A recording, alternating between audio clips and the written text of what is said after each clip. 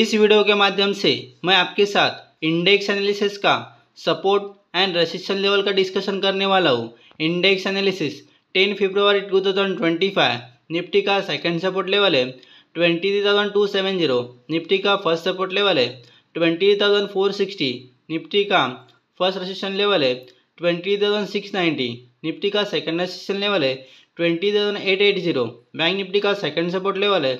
48,757, bank Nifty का first support level है 49,649, bank Nifty का फर्स्ट रेजिस्टेंस लेवल है 50,992,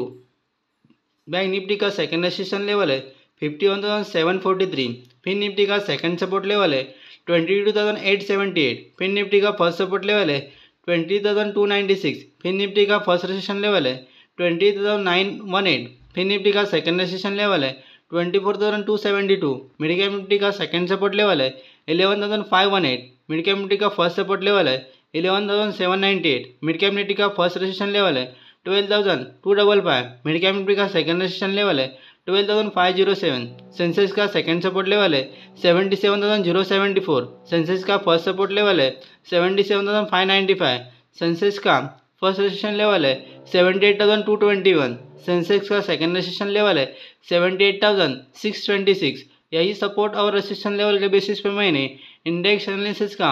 14 प्रोबेबिलिटी कंसेप्ट बनाया है।